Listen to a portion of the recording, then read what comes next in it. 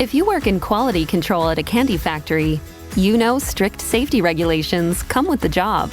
It's why you partner with Grainger. Grainger helps you find the high-quality and compliant products your business needs to inspect, detect, and help correct issues.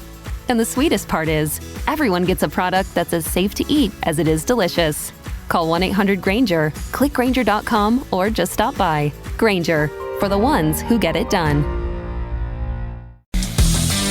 Good morning, friendly hello. Welcome to Lovely Las Vegas for Coast to Coast Soups with myself, Greg Eaps Peterson. Now we're part of the VSiN Family Podcast. We've got an excellent podcast for you as we've got a conference preview podcast today as we're going to be diving in on the Big Sky. This is conference number 3 of 31 conference preview podcasts that you're going to be getting throughout the offseason. We're going with the low/mid majors first, and then we're going to be rising up the ranks as we go along this offseason. So we're going to have a lot of fun as Parker Cotton, he does a tremendous job over there in the city of Bozeman. I know that he's doing a tremendous job over at the Bozeman Chronicle. He's going to be joining me in segment number 2. We're going to be looking at these rosters with him, all of the changes that we've seen with regards to the Big Sky with him, as well. Certainly an interesting landscape with what we're seeing out of Sacramento State and so much more. He's going to be joining me in segment number 2. In the final segment, I'm going to get you guys a projector or finish for the Big Sky. And if you do have a question, comment, segment idea, what have you for this podcast, you have one of two ways to be able to fire those in. First one is my Twitter/X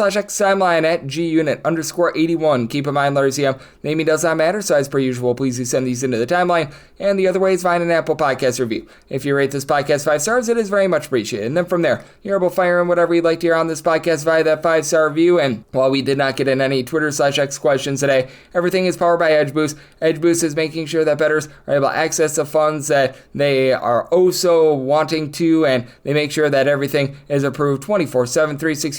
When you go to edgeboost.bet, utilize that promo code of Greg, G-R-E-G. That'll get you a dollar for dollar match on your first deposit up to $25. Here in this first segment, by the way, we're going to be looking at some of the trends of the Big Sky. We're going to be looking at sort of the nooks and crannies that you're able to get in this conference as well. So how about if we do dive in and we take a look at a Big Sky where it was a very interesting year last year out there in the Big Sky, as being able to represent in the NCAA tournament was, well, a bunch of teams that were very much of intrigue. And for the Big Sky, last few seasons have seen the Montana schools be able to reach the NCAA tournament. Montana State, especially when Danny Sprinkle was there, able to do a rock-solid job last year. It was Montana with Travis Secure being able to get to the tournament. They went 15-3 within the conference, and so did Northern Colorado. And then you saw a lot of teams that were sort of in that 500 range. If you're looking at the straight-up records, you saw Idaho State, Montana State, Northern Arizona, Idaho, all between that 8-10 and that 10-8 range. And there's a big commonality with a lot of these teams out there in the Big Sky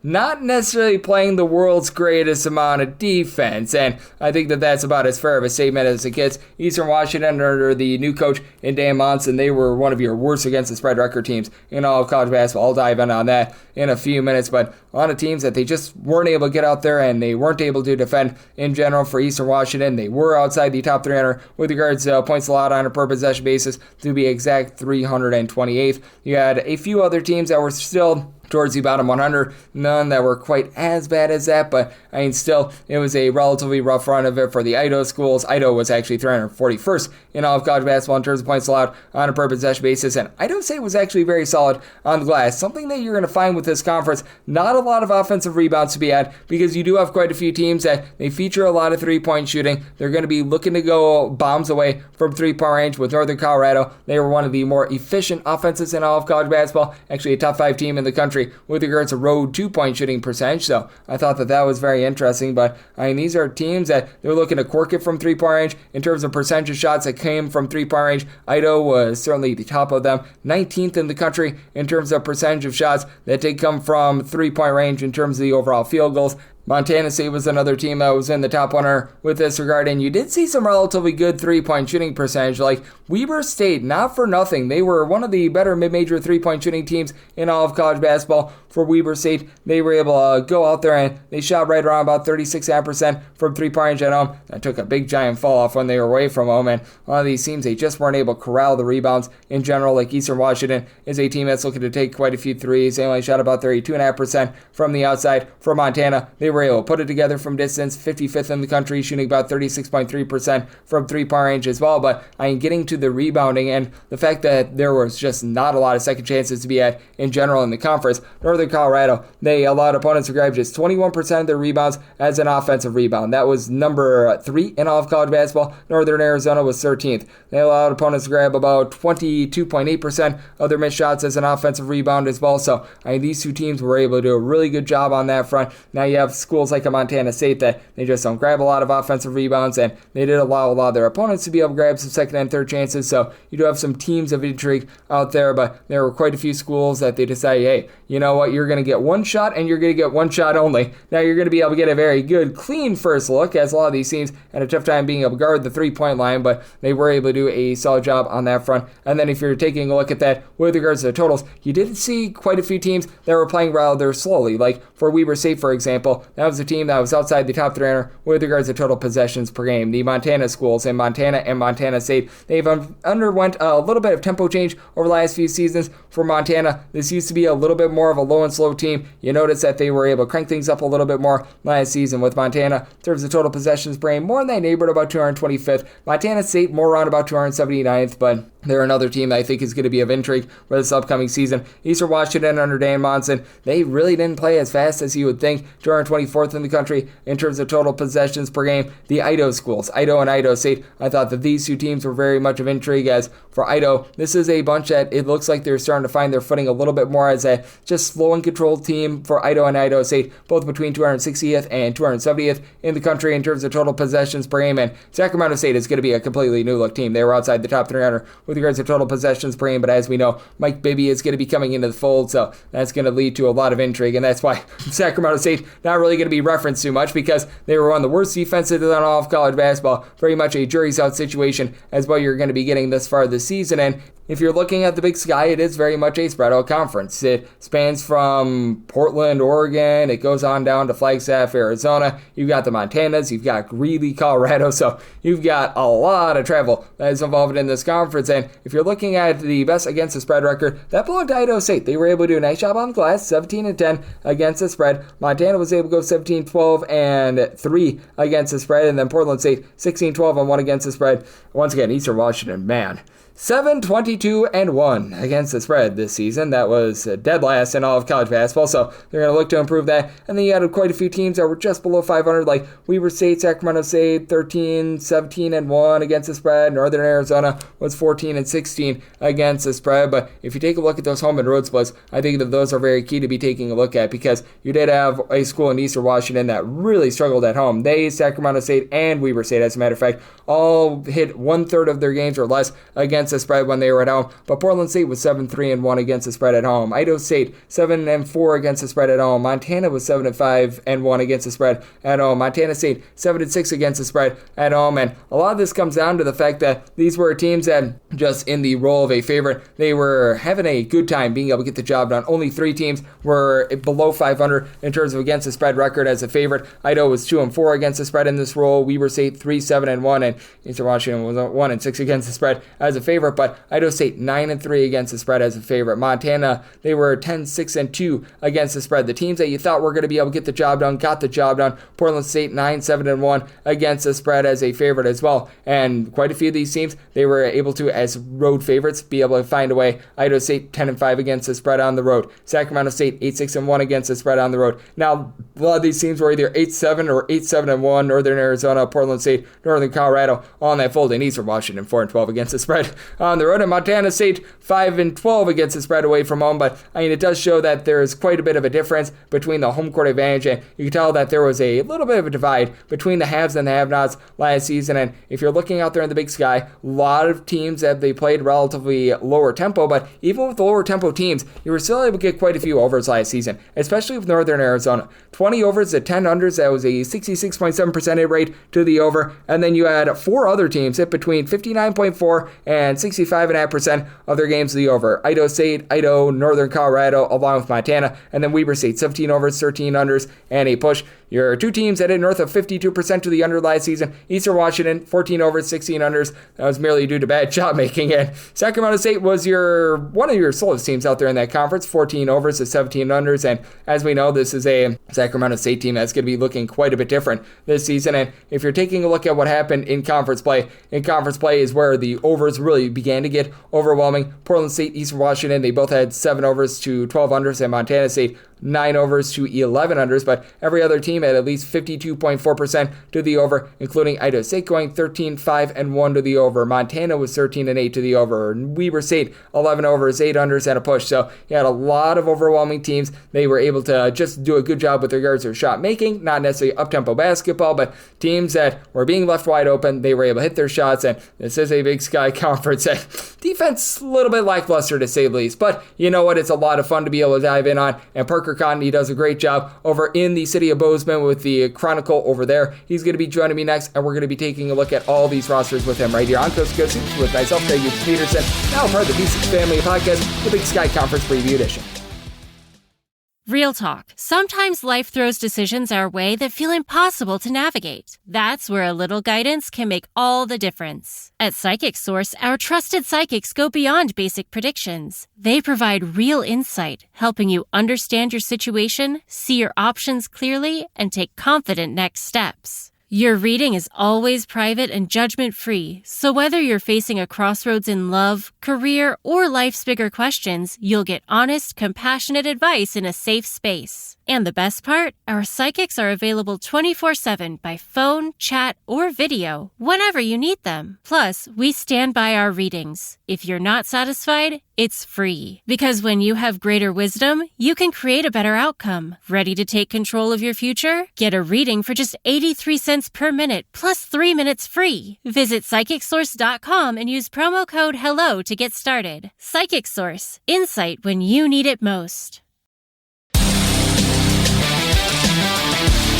We're back here in lovely Las Vegas for Coast to Coast Hoops with myself, Greg Peterson, now part of the Beast Family Podcast. Great to be joined by this man as we are previewing the Big Sky, and this guy does a tremendous job with boots on the ground in that area. As we've got Parker Cotton aboard, he does a great job over at Chronicle Sports that is out there in the great state of Montana over there in Bozeman. I know that he's got some ties to northern Colorado as well, so he does a great job being able to cover this conference. It's one that I think has a lot of intrigue, and you're able to follow all of his work over on the old Twitter/X at by Parker Cotton altogether. And Parker, it's great to get you aboard. Thank you. Yeah, thanks so much for having me, Greg. I know it's June, but gosh, I'm already looking forward to basketball season. I'm sure you are too. Oh, absolutely. For me, it can't come soon enough, and I'm sure for you, it's going to be interesting to see what we get out of the Montana team. So how about if we go first things first with the team that is very, very near to you because you're out there in the great state of Montana with Montana State. Obviously, it's been a little bit interesting ever since they've lost Danny Sprinkle a few seasons ago. A little bit of a new look team last year, but out of all the teams in the conference, they are going to be a little bit more gutted from a season ago. But I've been really impressed by what they've been able to add in the transfer portal. And I think that this backcourt is one that can really ascend this year. Yeah, the backcourt is certainly going to be a strength. That's where most of their, I guess, maybe proven talents in the transfer portal have come from. Talking about Davian Brown, a transfer from Biola, who's the younger brother of Darius Brown, also a former Bobcat, who is a great point guard himself. Cadden Holden comes over from Central Washington, where he was a league MVP. Seth Amanrud, who is from the Bozeman area, born in Bozeman, and is coming over from Dawson Community College, which is out in Eastern Montana. He was a second team JUCO All-American. Those are going to be really, really valuable guys to have shooting the ball and handling the ball to go along with Patrick McMahon and Jed Miller, who are kind of carryovers from last season's teams, kind of the main two guys carrying over from last year. There's Jeremiah Davis, also another point guard who came in last season, but he was limited to, I think, like 8 games or so before being injured. The big test in this team is going to be how they get any kind of post-production and maybe build on that kind of if they want post-production, because there was a late change at the end of this last season where Brandon Walker went to the bench so that the team's offense could play a little more fast-paced and a little bit more from the outside. It was a interesting decision that, that paid off for a couple games where MSU shot the lights out for a while, but then ultimately they lost in the Big Sky semifinals and weren't able to fully defend their championships that they had won 3 in a row before that. Brandon Walker was more of like a true post player coming in. It doesn't seem like Matt Logie, now going into his 3rd year, has a player in that same kind of mold. He's brought in a couple of taller guys, of course, but some are a little unproven, and they just are a different type of big man. Probably play a little bit more on the perimeter, which is, I think, what he's looking for. Yep, I think that it's going to be really interesting to take a look at Montana State. What they're all going to be able to get down low, to your point, is a big question mark, and they are going to be built around the backcourt. And then the other team out there in the great state of Montana, they're going to be built on money. Money Williams is back after he was able to have a nice double-figure season last year, averaging north of 10 points per contest. Always love saying that name, by the way, but Kai Johnson also going to be back. And I think that with Montana, we've got a lot of the same questions as we do with Montana State. Backcourt looks to be very rock solid with the returning players. What we're going to get down low, I think, is anyone's guess. First off, you nailed it there with Money Williams, best name in the league, probably a top 3 pure scorer in the league. Also, that's a good place to start. I wasn't aware of Kai Johnson's status. He had petitioned for an extra year, but sounds like maybe you know more than I do. I haven't followed it too closely. For him to be back is a huge boon to their repeat title chances, because that's a lot of scoring to have from just 2 guys. And it seems like they got more in the transfer portal also. I'm looking at guys like Trey Taylor, who was 13 points a game at Division II Chico State last year. He's 6'9", so that's a good guy to have inside. Tyler Isaac is a guy who they picked up from a JUCO. He scored 18 points per game last year. And then Grant Kepley, from Western Washington, where he was the league freshman of the year last year, he scored 14.5 points a game. That's a really, really good haul in the transfer portal. They got a guy, Caden Betts, who played in 30 games over 2 years at Minnesota. Not a whole lot of points, but that's a big time level of basketball that he was able to get to. So that should be a promising sign for maybe what he can do when he drops down a little bit. For the Grizz, they're coming off a championship season. They're coming into this year with probably the best coach in the league. As I said, with Money Williams, probably one of the top scorers in the league, and maybe the best group of incoming transfers. So I think they are a clear, maybe top 1 or top 2 team, and maybe not 2. Yep, and especially with that Johnson status, because right now it looks like things are going to break his way. They had an injection like 2 or 3 weeks ago, and right now Bart Torvik is projecting him on the roster, and the NCAA has lost a lot of these, so it's looking relatively good there, but we shall see on that front as well. As joining me on the show, we do have Parker Cotton, does a great job covering all things for the Big Sky out there in the city of Bozeman, joining me right here on Coast to Coast Hoops, and we have to talk about this team, because you want to talk about a team that added in the transfer portal. How about Sacramento State, who's now under the tutelage of Mike Bibby? They add Mikey Williams, who, that was a guy that was a former top 75 recruit. Jeremiah Bear Cherry was a starter over at UNLV down low. Prophet Johnson is a guy that's able to fill it up. This is an intriguing team with Shakir O'Neal, the son of Shaquille O'Neal. Now, we don't know the X's and O's of Mike Bibby's coaching. It might be great. It might be terrible, but I'm very intrigued by this team, and there's no denying that they've got talent on the roster. Yeah, they're probably going to make for some great TV wherever they go, and probably fill in a lot of visiting road arenas as well. You mentioned Shakir O'Neal and Mikey Williams, and those are 2 really nice places to start. Maybe a little bit unproven in their college careers to this point, but maybe teaming together and perhaps a little bit of a lower level conference. Maybe Sacramento State and Mike Bibby just finds some magic. You mentioned Jeremiah Cherry. I'm really intrigued by him. He's got not necessarily Big Sky size. He's maybe quite a bit taller, but really productive at UNLV with 32 starts. What is going to be their biggest challenge is just seeing if, a team's, top 8, 9, 10 guys can all be transfers and come together and win something meaningful in the first year. I don't know exactly where to peg them, just because I know almost nothing about these players, in terms of the eye test, as at least with like some of the other teams in the conference. I've seen some of their guys. So Sacramento State is going to be tough to figure out. They lost most of their players from last year, some of their best players on a bad team. And it's just going to be really interesting to see what they do in trying to build it back up. I could be talked into them making a run for a top 2 seed of the conference tournament. I could also see them maybe not bottoming out, but kind of living in kind of that middle tier of the conference. Yeah, with Sacramento State, I think that they are the biggest wild card in this conference, because you've got the splash, you've got the names, but we just haven't seen too much of them. How that's all going to come together, that's a big what if. And we saw things really toilable for this team, as Eastern Washington over the last decade or so has been one of the creme de la creme teams out there in the Big Sky. Not so much last year. I think that we both agree Dan Monson, a pretty solid coach, but I mean, it was a complete and utter rebuild for them, but I'm very interested by Isaiah Moses. He's going to be coming in after he was a nice double-figure scorer last 2 seasons out there in the Big West for UC Riverside. JoJo Anderson is back in the fold. Emmett Marquand is back as well. I look at this Eastern Washington team, and I don't think that they're going to win the conference or anything like that, but I certainly think that year number 2 under Dan Monson is going to go a bit better. Yeah, Monson is a heck of a coach. I think he's proven that in all of his stops. You mentioned some of Eastern's guys. I couldn't find a ton of who they were able to bring in. I found mostly who they were able to bring back. I think one of those guys that bears mentioning is Andrew Cook, who started his career at non-D1 here in Montana. Now is transferred over to Eastern, and he led them with almost 16 points a game last year. If they win a little bit more consistently this year, I think he could be something of an all-league guy. Maybe not first team, but maybe a second team kind of a talent, if the wins come.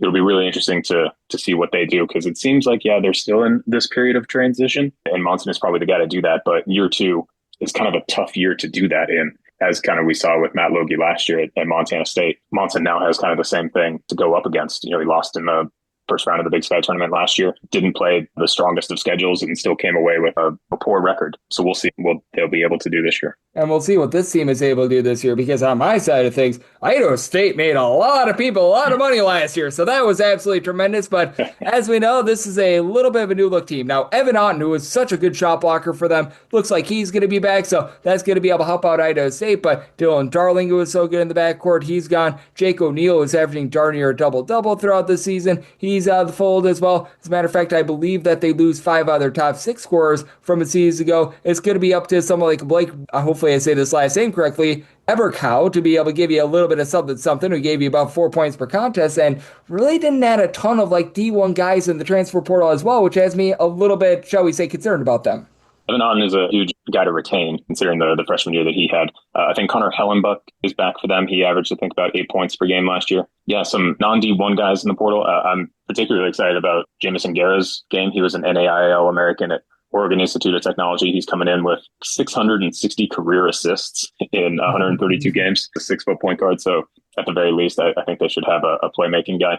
And then Caleb Vandegren, I hope I said that close to correct. He's a 6'8" guy. He was a D2 All-American at Minot State. He averaged 21 points per game on 70% shooting. So pieces are there. You just have to hope that those guys who were non-D1 before this year can make some kind of a jump and mesh with, Otten and Hellenbeck to try to make some noise. And I don't think it's really out of the realm of possibility for them. They were right in the middle of the conference last year, 10-8 overall in the conference, and they lost, I think, a seeded upset to Montana State in the tournament by 20. That was one of the games where Montana State's offense just kind of went ballistic. But if not for that, Idaho State could have been a semifinal team last year, and that would have been quite a surprise. So we'll see maybe what this year holds. And then the other Idaho team I'm feeling very bullish about, because the Vandals, in this day and age where there's a lot of teams that get vandalized in terms of transfer portal, they retain quite a few guys, like Christian Gonzalez and Cole Mitchell coming back, I think is good. Trevon Blossomgame, I think is going to be able to take a stride forward. And Brody Woodbury, a 6'11" big man that comes on over from the Southland Conference. He was over at Southeast Louisiana. I think makes this team very fortified down low. I like the fact that they bring in so much of the backcourt from a season ago. Isaiah Brickner, I think, has a chance to be able to ascend as well. I know always has a little bit of problem on defense. Want to see them clean that up a little bit, but I feel good about this team ascending up the conference. Yeah, absolutely. When you can bring back a decent amount of guys, that helps. Even if they weren't the best team last year, they were the number 6 seed at the Big Sky tournament. There's something to be said for consistency in your roster construction, and I think they have done that a little bit better than maybe some of the others in the conference. They got Jack Payne back also. I believe he was at All Big Sky honorable mention last year. I saw Tyler Linhart on the roster still. He averaged almost 9 points a game last year. You mentioned Brody Woodbury. Yeah, very interesting guy. He's got some height also. It'll be interesting to see how he takes to the league. Potentially some smaller guys all around. We're not sure exactly how Idaho is going to do with, the losses of some of their guys. They lost Tyler Maroos to BYU. They lost Julius Mims to New Mexico State. Those are really talented guys. And in the case of Julius Mims, just freakishly athletic. They could do a lot of different things with him. But I think with some uncertainty in the Big Sky, they have enough to maybe rise in the standings, but a lot of things need to go right for them. Yep, no question about it. In this day and age, being able to have that experience is big, but you also need to have the talent as well. And for Idaho, it's been a little bit tough to be able to find that, but do think that things could be on the up and up there. And I feel like this might be in this team we trust sort of situation, because I know you, Parker, have some ties to Northern Colorado, and they lose so much from a season ago. Brock Wisney is back after he was a 6'9", little bit of a versatile player, but now it's going to be up to some of these guys transferring in, like a Vincent Delano, who's going to be coming on over from Portland, showed himself to be relatively good as a freshman last season. What are you going to be able to get out of someone like a Caden Erickson? He's a guy that's a little bit inexperienced. He comes up to the non-D1 level. I think that's really interesting for Northern Colorado, but you know this as well as I do. Northern Colorado is going to find a way to score. We don't know what the defense is going to be. Yeah, absolutely. The scoring, I think I feel pretty good about Caden Erickson making that jump up. I think he did pretty well at the non-D1 level. He had over 12 points a game at Eastern Arizona last year. You mentioned Brock Wisney. I think they bring back Quinn Denker also and Zach Block. So that is some good cultural building blocks for Steve Smiley to have, who just got a new contract there for Northern Colorado, which is, as you've alluded to, is my alma mater. So always nice to see them having some success. They were the co-regular season champions last season. They were the number one seed at the tournament, and they just lost a really competitive game to Montana in the championship game. But it doesn't seem like they are afraid of competition. They had the best net ranking in the league last year and at 114. So I think Smiley is content to go out and try to get some games. You're right. They will figure out a way to score. We don't know exactly how that's going to look like, what that's going to look like yet.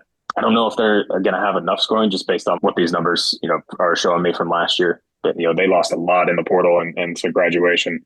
I'm a little concerned about my alma mater Bears there. Yeah, but I'm a little bit concerned about this team as well, because Northern Arizona, they were built so much around Trent McLaughlin along Carson Tout. They lose both of those guys. Now, Jane Jackson is a nice double-figure scorer that comes back for him. And then the ancillary guys in the backcourt, like Oakland for Diego Campusano, should be back in the fold. But now they're going to be looking to someone that comes on over from Eastern Michigan, and Arnie, I believe the last name is pronounced Osojanic. He should be able to give them a little bit of something. But I take a look at this Northern Arizona team, and even though I like Jackson as a player, him really having to take over the mantle and not having a guy like Carson Tout down low, I think that's going to be a big loss for them. I remember a conversation from last year when we arrived at Northern Arizona, and I labeled them as like my dark horse pick. And gosh, I was so high on them. I really thought that they could. They disappointed me too. I'm not going to lie. Oh, wow. They were a huge disappointment considering the talent that they had, and they just didn't do a whole lot with it. Unfortunately, they were competitive, and they put some scares into a lot of teams. But I think they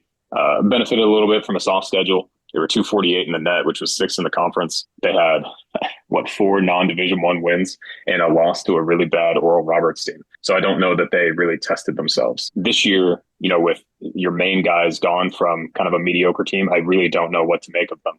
I think one of their guys in the transfer portal who is at least going to spark some interest is Walker Timme, who's the younger brother of Drew Timme. Walker comes over from Southern Idaho, where he averaged 11 points a game and close to 5 rebounds. So he's productive there on a good non-D1 team. But beyond that, they got Zach Davidson over from Montana, where he didn't really play a lot. They got Isaiah Shaw, who's an okay shooter, 33% from deep at Grand Canyon and Valpo. They rebuilt, but I just don't know that they'll have enough to compete in the way that they really want to, or the way that they should have last year. Yeah, I'm right there with you. If they weren't able to do it last year, I just don't know what to expect this season, as well as Parker Cotton. He does such a great job being able to cover the big sky. He's out there in Bozeman, Montana. He's joining me right here on Coast to Coast Hoops, and I think that this team is interesting in Portland State because a lot of the projections have them towards the bottom of the conference, and rightfully so, but Bryson Long is someone that was a double-figure scorer over at Houston Christian earlier in his career. He spent a little bit of time over at Arizona State. I think he could be able to ascend. Isaiah Williams is a 6'7" player that has me a little bit intrigued. And Charles Chukwu, I think that he's going to be a guy that at 6'6" can offer a little bit of versatility. It feels like Portland State, just under this coaching staff, they always seem to get the most out of their roster. I don't think that they're going to be able to put a lot of like a charge into being like the number one team in the conference or anything like that. But bringing over Chukwu from Tulsa has me pretty excited. And I mean, it's a team that if they have absolutely nothing else, they've got a lot of length and they've got a lot of size. They got a lot of length and a lot of size, and that just seems to be Portland State's way of operating now. I think I feel about Portland State this year the way I felt about Northern Arizona last year, just at least in terms of they got a lot of guys who kind of play the same way. They use that size and that athletic ability. I think you have to start with Jalen Henderson and Terry Miller Jr., who were All Big Sky honorable mention and All Big Sky second team last year. Both averaged at least 12 points a game. You mentioned Bryson Long, 14 8 points per game at at Houston Christian 2 years ago before being, I think, injured last year at Arizona State. And then Isaiah Williams coming over from a D2 where he averaged 14.3 points per game. I think they have, kind of the cultural identity of they're going to work harder than you and they're always going to hustle. And when you have guys who can buy into that, which they apparently have year after year, I think that just makes for a really good and dangerous team. I think I could see them being in the top 3 of the conference again this year. Yep, with Portland State, I think that they're a fun, fascinating team. And I think that this one is going to be interesting as well with Weber State because it just, ever since the change from Randy Ray, it's been up and down. They bring back Nigel Burris, who I like, and I think that this team is going to shoot it really well from 3. It's just that they need to be a little bit better on defense. I always have the saying of just because you play slow doesn't mean that you play great defense. Just because Weber State has not given up 80 points on the regular doesn't mean that they're necessarily great there, but they bring in someone like a Jace Whiting. I always have a tough time with this one. Vajami Vartinen, he's going to be back after he was a 6'6" combo player that took off for them. Like the 3-point shooting is there for Weber State. They need to do a better job, in my opinion, of grabbing some second and third chances on the boards and obviously playing a little bit of defense, but Whiting coming on over from Boise State, I think helps. Maybe another team that really underperformed last year, but you can't really blame them in the same way of Northern Arizona because they went through a ton of injuries, Sasson Kohler. But yeah, usually a team that is so reliable to contend and then just didn't last year, which was a shame. I'm pretty impressed with Coach Eric Duff's transfer additions. I really like, at least what I've seen on paper from Tijan Sane from Western Washington. He's a 5'10" guard. He averaged 17 points per game last year.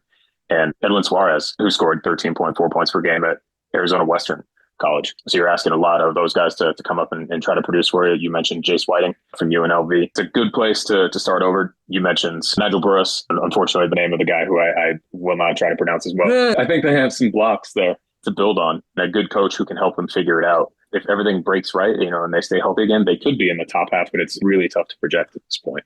Yep, we'll call him the international man of mystery that pops it from 3-point range. We will go with that for that one, and it is going to be a very interesting conference. The Big Sky has had some ups and downs, and I know you, Parker, do a great job of covering it all. You obviously do a great job on the basketball side of things. I know college football is going to be in your life sooner rather than later, and that's always a big deal out there as well. So love the good people at home, know what's all on tap for you, and how people can follow along on social media and other platforms. Yeah, absolutely. So as you mentioned, I'm Twitter at by Parker Cotton, ParkerCotton is my full name. Yeah, I'm going to be doing a lot with Bozeman high schools in the fall here. I should do more high school football than I do with MSU. Luckily, I have another reporter, Braden Shaw, who will handle that for us. But yeah, MSU football is going to come quick, so I'm going to try to enjoy the quiet of the summer while I can before that enters our lives. And then, as soon as fall sports start, I'm starting the countdown to winter sports so I can get back in the basketball gym.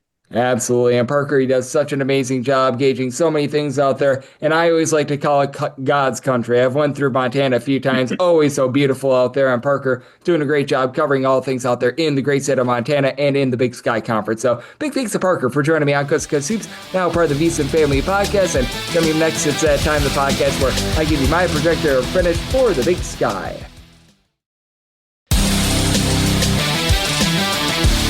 And we're back here in lovely Las Vegas for Coast to Coast Hoops with myself, Greg Hoops Peterson, now part of the VSiN Family Podcast. Big thanks to Parker Cotton. He does such a tremendous job out there in the lovely city of Bozeman, taking a look at this great game of college basketball, taking a look at what we're all getting in the Big Sky, and so much more. He has joined me a few years on this podcast, and every single time he does, he lends such great insights with this wonderful conference. So a big thanks to Parker for joining me in the last segment. Now it is that time of the podcast to give you a projector finish for the Big Sky. Do note that because I am doing a conference preview today, that means that any college basketball news and notes that we saw on Thursday, those are going to be summed up on the podcast tomorrow. We are starting to see a, shall we say, fall off with regards to the college basketball news and notes, so that's a little bit rough, and we'll see if we get a little bit more moving forward. But you know what, anything that might have been missed on Thursday, we will get you all covered there. But we always want to give as much shine as humanly possible to these teams in the conference previews. And how about if we take a look at dead last in my projector finish?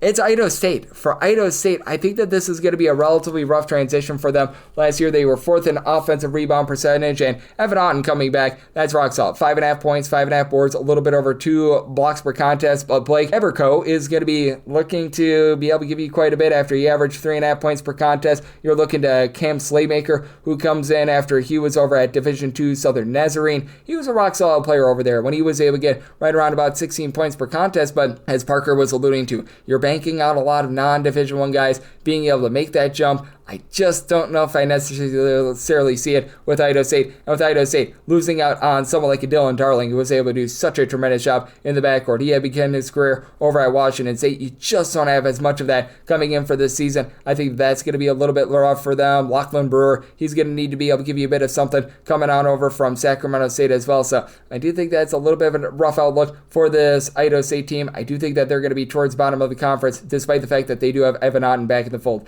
I do have Idaho State at number 10 with regards to my projector finish. At number 9, I'm going to be going with Eastern Washington. With Eastern Washington, I do think that there's some inroads and there's going to be some improvement for this program as Isaiah Moses coming over from UC Riverside, I think is big. He was able to be a double-figure performer over there. And Emmett Marquand, he's going to be coming back from a season ago, as well as you do have a few guys just in general that have been around the program and they should be able to take some strides forward. But still, this was a team that was a complete disaster last year at 10-22. They really weren't guarding a soul. Emmett Marquand, he's back after he was able to give the team about 9 points, 4.5 boards, shot 36.5% from 3-point. Elijah Thomas, he was able to come back from a season ago after averaging about 3.5 points per contest. But again, this was a team that ranked 329th in the country in terms of rebound percentage. They were 328th in points allowed on a per possession basis. The defense is just very lackluster. This is a program that got gutted after you saw the regime change from Eastern Washington and having Coach Riley and company going on over to Washington State. So Dan Monson, I do believe that he's inherited a little bit of a mess. It's going to take him some time to be able to get things all sorted out. So at number 9, in terms of my projector finish,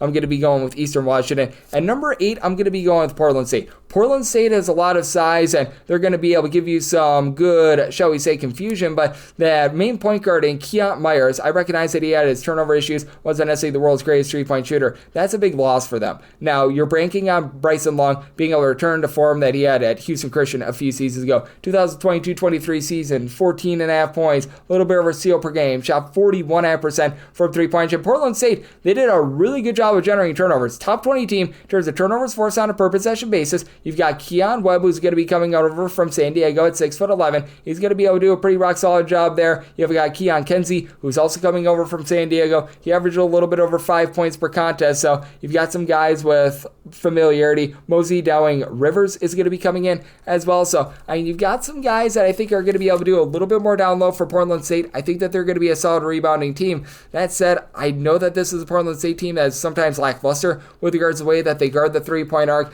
other than what you're going to be able to get out of Long. I just don't feel great about the backcourt as well, and that main ball handler. That's a big question mark for them. So I do have Portland State here at number 8 in terms of my projector finish. At number 7, I have to go with here Northern Colorado. With Northern Colorado, it's just, again, Brock Wisney is going to be back in the fold. And I think that Coach Smiley does a really good job of just running a great system in general. This is always going to be a team that's going to be based around offense, not really going to give you a whole heck of a lot of defense. And I do like the fact that you got a guy that comes up from the non-D1 ranks who is able to tear it up at a little bit of a lower level in Caden Erickson. I think that he at 6'4" is going to be able to do a nice job spacing the floor, giving them some great offense, but also going to give you a bit of something on the defensive side of things. But what are you going to be able to get out of Vincent Delano? Delano is coming over from Portland, a Portland bunch that, it was relatively rough for them this past season, but still, I do think that he's going to be able to give them a little bit of a spark there after averaging about 5.5 points, a little bit over 2 assists per contest. You've got Ubo Yazaki, hopefully I said that correctly, coming on over from Radford, mid-30s three-point shooter at 6'7", so a little bit of nice versatility. And it looks like they should have Chancellor White coming in from Louisiana as well, a guy that was able to give the team 3 points per contest. But again, limited minutes out there in the Sun Belt. Do have a little bit of question mark there, and this was a bunch that was really good on the defensive glass last season. Top 5 team in terms of not allowing teams to be able to grab offensive rebounds.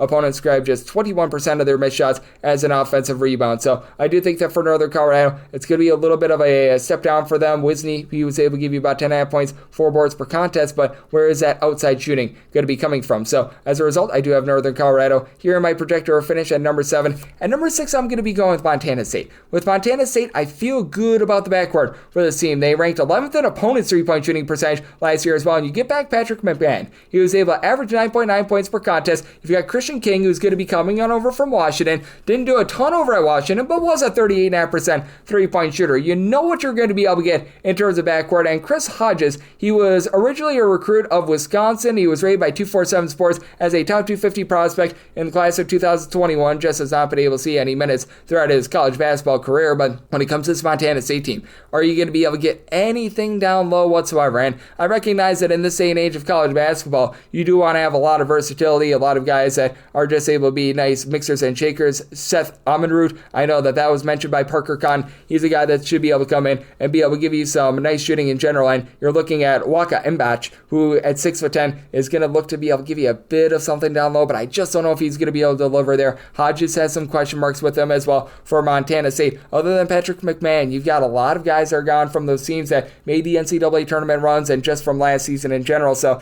I do think that throws things into quite a bit of question. As a result, I do have them in my projector finish here at number 6. At number 5, I've got Northern Arizona. I recognize that you lose Trent McLaughlin, you lose Carson Tout. Those are two big losses, and they are not going to be able to replace Carson Tout. Now, you do have Lee Rickwood Pitt. He had 6'10", gave you a few rebounds last year. He was able to come in off the bench, did an okay job. And Arnie Osajanik, he comes on over from Eastern Michigan. I do think that he's actually going to be able to give you some solid production. Now, at 6'6", he's not quite what Carson Tout was in terms of the overall versatility, but you know what? You're going to be able to get him to be able to give you a bit of something. Made 44 starts over the last 2 seasons out there in the MAC, 8.2 points, 3.5 rebounds, mid-30s three-point shooter, but you've got some good outside shooting with this team. Diego Campusano, he's back, 7 points per contest on 37% three-point shooting last season. 6'6", Ryan Abelman. He is able to give you about 39.5% three-point shooting. Oakland Fort, he's been a little bit of a disappointment. We saw him go nuclear in the Big Sky tournament like 2 or so years ago. Ever since then, it's been stagnant, but you return a guy in Jaden Jackson who was so productive for the team. 3.5 assists, 12.5 points, shot in the mid-30s from three-point range. I think that Jackson is going to be able to keep this team towards the middle of the conference. I've got Northern Arizona,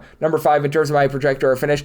At number 4, I'm feeling bullish about Weber State. They do return 3 of their top 6 scorers from a season ago, including Nigel Burris, who had 6'7", 6 points per contest, mid-30s three-point shooter. We saw him a few years ago at Idaho shoot over 40% from three-point range. Vijami Varatinen, he was able to come back from a season ago, shot about 40% from three-point range. Jace Whiting was over at Boise State and UNLV. Guy that really didn't see a lot of action, but throughout his career, he's been able to shoot right around about 39.5% from three-point range. So, I mean, that's something that's solid. Trevor Henning, he's going to be back after he was able to give the team about 8 points per contest as a freshman. They need to lock down this defense. 322nd in all of college basketball in terms of points allowed on a per possession basis. Only about 297th in terms of total possessions per game. So, a very deliberate, slow style. But I do think that for Weber State, they've done a nice job of being able to revamp this backcourt. Would like to see them have perhaps a little bit more size down low, but I do think that there's some upside here with Weber State. I've got them number 4 in terms of my projector finish. At number 3, I'm going with Sacramento State. Now, what Mike Bibby provides as an actual coach is a question mark, but you've got talent on this team, and boy, do you have it with a former top 75 consensus recruit in Mikey Williams being able to enter the fold. I mean, he just had a lot of trips in general where he wasn't able to get out there on the floor, so I mean, very, very intriguing player there. But I mean, Jeremiah Cherry, he was over at UNLV last year as a starter at 6'11", 10 points, 5.5 rebounds, block and a half per contest. He's going to be rock solid down low. Alex Kochevich, he's back from a season ago where he was only able to get out there for 4 games, was averaging 8.5 points per contest before having that season cut short. And then Jaden Teat, he comes on over from Utah. He was only able to average about 2 points per contest, but he's an upside guy. Brandon Gardner, who comes out over from Arizona State, he's a former top 200 recruit, 6'7", not a guy that's really going to pop it from three-point range, but he does have a nice overall skill set. He's got a good game, so I do think that he's going to be able to give this team a bit of something, and it just feels like Sacramento State, like every single week, they just add a new guy. So, I mean, at the time of recording, we've got a pretty full roster with regards to this team, but I mean, they bring in Prophet Johnson, a guy who at 6'3", should be able to give you a bit of scoring as well. Johnny Summers, he had 6'6", has some nice versatility as well. And then Shaquille O'Neal, the son of Shaquille O'Neal, he comes in after he was a nice 6'8" versatile player over at Florida A&M. So, feeling good about this roster of Sacramento State. I've got them at number 3 in terms of my projector finish. And then at number 2, I'm going to be going with Idaho. Yes, this Idaho defense was not great to say the least last year, but you bring in Brody Woodbury. He was over at Southeast Louisiana a season ago at 6'11". He's going to be able to give this team just a presence in general that you're not able to find too much more out there in the Big Sky. I think that he's going to do a nice job of being able to lock it down for an Idaho team that they do have to replace Julius Mims. He was their top rebounder from a season ago, but this was a guy that was able to give you 8.5 points, 5.5 rebounds. Isaiah Brickner is back after he shot north of 43% from three-point range last season. Colton Mitchell, Christian Gonzalez, both of these guys combined for about 21.5 points per contest. Gonzalez was a mid-33-point shooter. Jack Payne was very rock solid, shooting 36% from three, 11 points per contest. They've got something that you just don't find in this day and age. Guys are returning, and Tyler Leonard, he's back after he was able to give you about 9 points per game. Now for Idaho, 14-19 doesn't sound like much. That was their best record since the 2017-18 season. Being able to return your top three scorers from that in this day and age in a mid-major conference, that really speaks to me. And I do think that Idaho is going to be able to rise up the standings. I've got them at number 2 in my projector finish, but I just can't look away from number 1. We're going to be going with Money Williams and Montana to be able to win the conference. For Money Williams, he was their top scorer last year, right around about 13 points per contest, shot 34% from three. Now, Kai Johnson may or may not be back to the fold. As I am recording this, they're currently going through a little bit of a hearing as to whether or not he's going to be getting another year of eligibility. A lot of these things have been going the way of the players, and I'm pretty sure that he should be able to go because he played his games at the non-Division I level coming up to the D1 ranks for last season where he was able to average about 11 points per contest. I would count on him being probably in the fold for Montana, and if so, that's just a massive boon for them. For Montana, they've done a relatively solid job of being able to add via the transfer portal as well. This is not a team that has sold their soul to the transfer portal or anything like that, but they've got a nice mix of guys that I think are going to be able to go out there, give you some relatively good performances. This is a Montana team that obviously is not necessarily the world's greatest at being able to get second and third chances while outside the top 320 in terms of percentage of missed shots that resulted in an offensive rebound, but bringing in some like a Brooklyn Hicks who stands 6'3". He was over at UNLV, was glued to their bench over the last few seasons, but a guy with a little bit of upside. I think that that's going to be big. Courtney Anderson at 6'5", he comes in from Colorado. Again, guy that just wasn't able to get out there on the floor over at Colorado, but I do think that he's going to be able to stretch the floor, give you a bit of just something.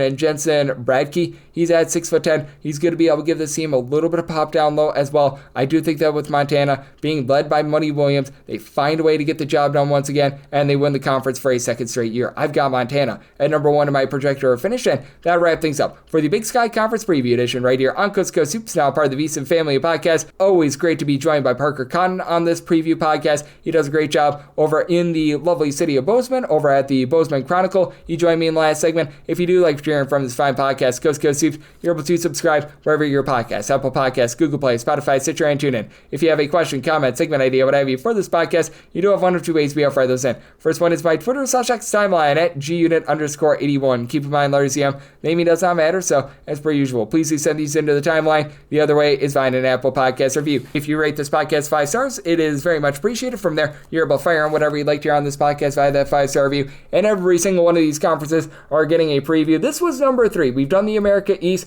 we have done the Atlantic Sun, and now we've done the Big Sky. The Big South is going to be coming within the next few days, and we're going to be moseying down the board all summer and all spring long. Get you set for what is going to be a tremendous college basketball season, so I appreciate you tuning in today, and I'll be back with you once again tomorrow. Thank you.